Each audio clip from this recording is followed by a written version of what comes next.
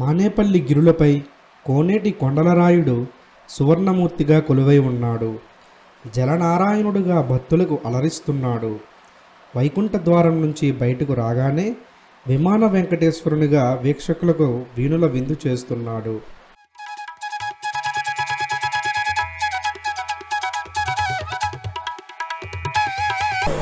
గుండెలో ఎంతో తృప్తి కలిగింది. ఆ కుటుంబాన్ని, ఇక్కడ ప్రజలను, అలాగే మా ప్రభుత్వాన్ని కూడా ఆశీర్వదించాలి. ఇక్కడికి రావడం చాలా ఆనందంగా ఉంది. అంటే ఫీల్ కూడా అనిపిస్తుంది నాకు. ఆ యాంబియన్స్ కానీ, కొత్త వాతావరణం చాలా కూల్ అండ్ నీట్ అనిపిస్తుంది. ఇక్కడ నుంచి చూస్తే మనకి కోనేరు పైనుంచి టాప్ వ్యూలో స్వామి పనుకున్నది చాలా మంచిగా అనిపిస్తుంది.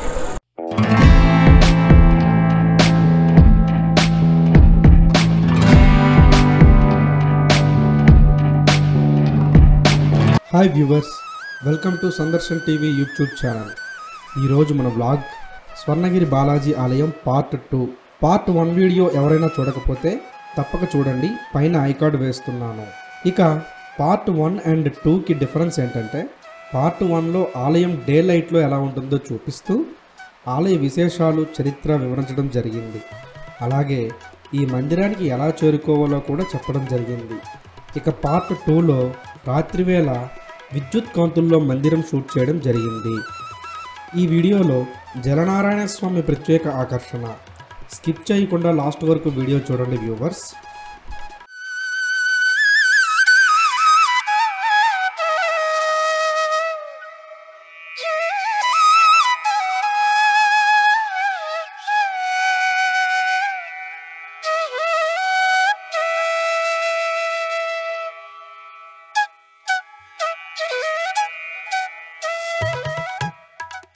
తెలంగాణ రాష్ట్రం తిరుపతిగా స్వర్ణగిరి శ్రీ బాలాజీ మందిరాన్ని భక్తులు పరిగణిస్తున్నారు. యాదాద్రి శ్రీ లక్ష్మీనరసింహస్వామి ఆలయానికి కూతవేటు దూరంలో ఉంది ఈ ఆలయం.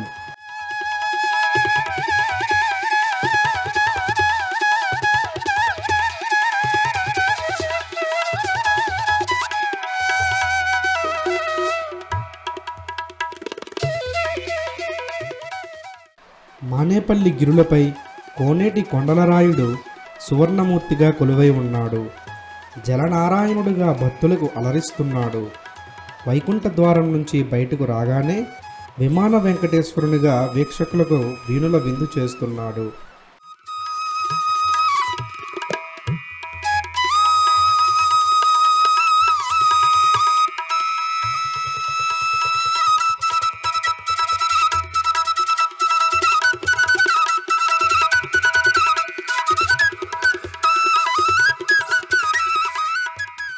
రాత్రిపూట ఆలయం అందాన్ని వివరించడానికి మాటలు లేవంటే అతిశయోక్తి కాదు. అందులో విద్యుత్ కాంతుల్లో మెరిసిపోతున్న జలనారాయణ స్వామి మందిరాన్ని చూసేందుకు పర్యాటకులు ఆసక్తి కనపరుస్తున్నారు. ఇందువల్ల సెలవు దినాల్లో సందర్శకుల రద్దీ రోజురోజుకు పెరుగుతోంది.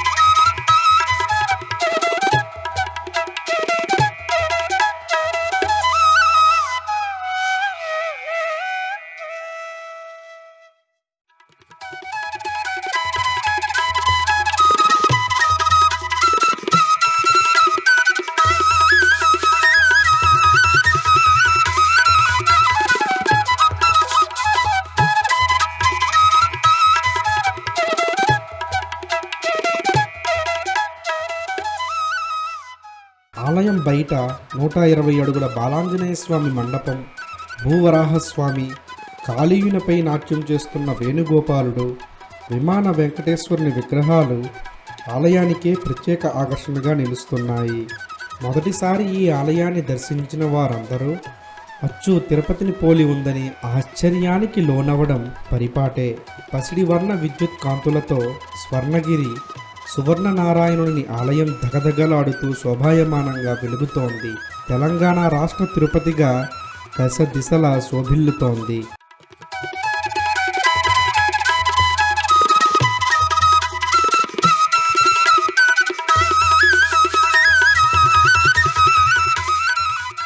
స్వర్ణగిరి టెంపుల్కి వచ్చిన తర్వాత ఇక స్వర్గలోకం పోయినట్టు అనుభూతి కలుగుతుంది.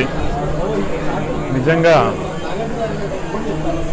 దీన్ని తయారు చేసినటువంటి రామారావు గారి కుమారుడు మురళి గారు, గోపి గారు నిండు ఆశీర్వచనాలు భగవంతుని ఉంటాయి. మనకు వెన్నుముక్కలాగా చిన్న జీఆర్ స్వామి గారి ఆశీర్వచనలతో ముందుకు అడుగుపెడుతున్నటువంటిది మరో తెలంగాణ తిరుపతి లాగా ఉంది. ఇక్కడికి వస్తే అసలు మాటలు రావడం లేదు. నిజం కూడా అనుకోలేదు ఇంత పెద్దన ఉంటుందని చెప్పి.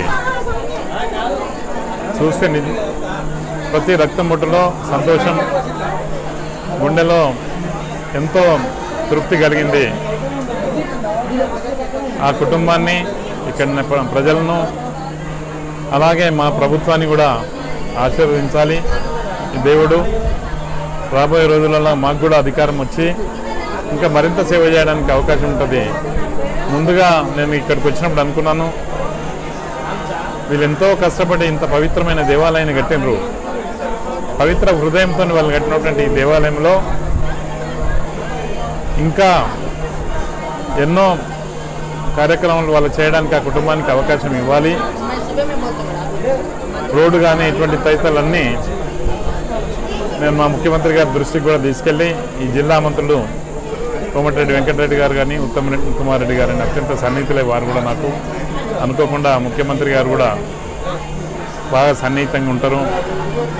తప్పకుండా వారిని కూడా ఈ ప్రాంతాన్ని తీసుకొచ్చేసి చూయించేసి మరింత డెవలప్ చేయడానికి, మరింత ఆశీర్వచనలు ఇవ్వడానికి, మేము కూడా ఆశీర్వచనలు తీసుకోవడానికి తప్పకుండా ఈ స్వర్ణగిరి టెంపుల్కి వస్తాం.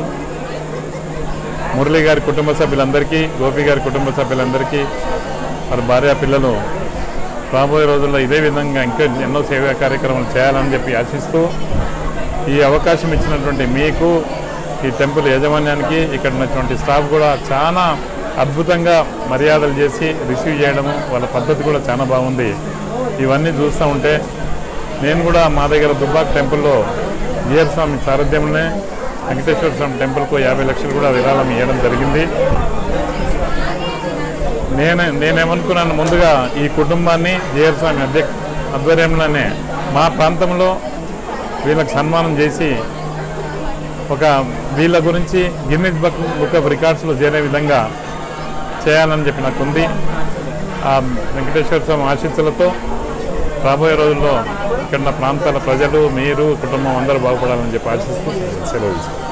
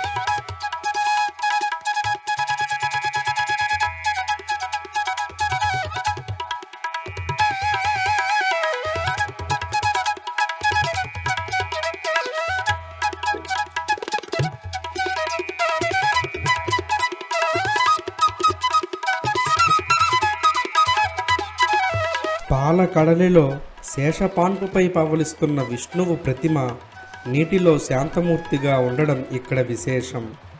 4 వేదాలకి ప్రతీకగా 4 మండపాల మధ్య స్వామివారు కొలువుదీరారు. ప్రపంచంలోనే జలనారాయణ స్వామి వారి ప్రతిమ మొదటిది నేపాల్లో ఉండగా రెండవది స్వర్ణగిరిలో ప్రతిష్ఠించడం జరిగింది. నీటిలో ఉన్న ఈ విగ్రహం శిల్పులు చెక్కక ముందు 60 టన్నులు ఉండగా చెక్కిన అనంతరం 25 టన్నులుగా ఉంది. ఇక్కడికి రావడం చాలా ఆనందంగా ఉంది. అంటే ఫీల్ కూడా అనిపిస్తుంది నాకు. ఆ యాంబియన్స్ కానీ కొత్త వాతావరణం చాలా కూల్ అండ్ నీట్ అనిపిస్తుంది. ఇక్కడ నుంచి చూస్తే మనకి కోనేరు పైనుంచి టాప్ వ్యూలో స్వామి పనుకున్నది చాలా మంచిగా అనిపిస్తుంది.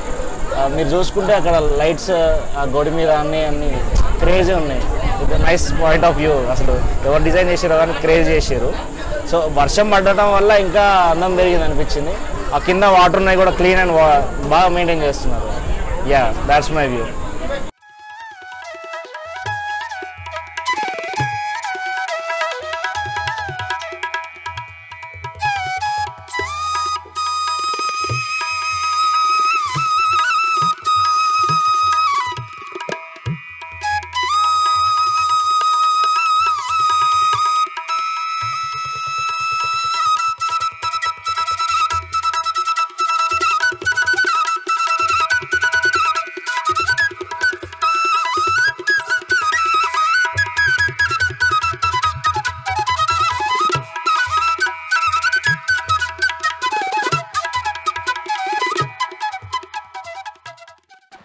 మీరు కూడా స్వర్ణగిరి ఆలయాన్ని రాత్రిపూట దర్శించే విధంగా ప్లాన్ చేసుకుంటారని ఆశిస్తూ ఈ వీడియో మీకు నచ్చినట్లయితే లైక్ చేసి మన సందర్శన్ టీవీని సబ్స్క్రైబ్ చేసుకోండి. Signing off your Satish Kakimukkala. Stay tuned. Sandarshan TV.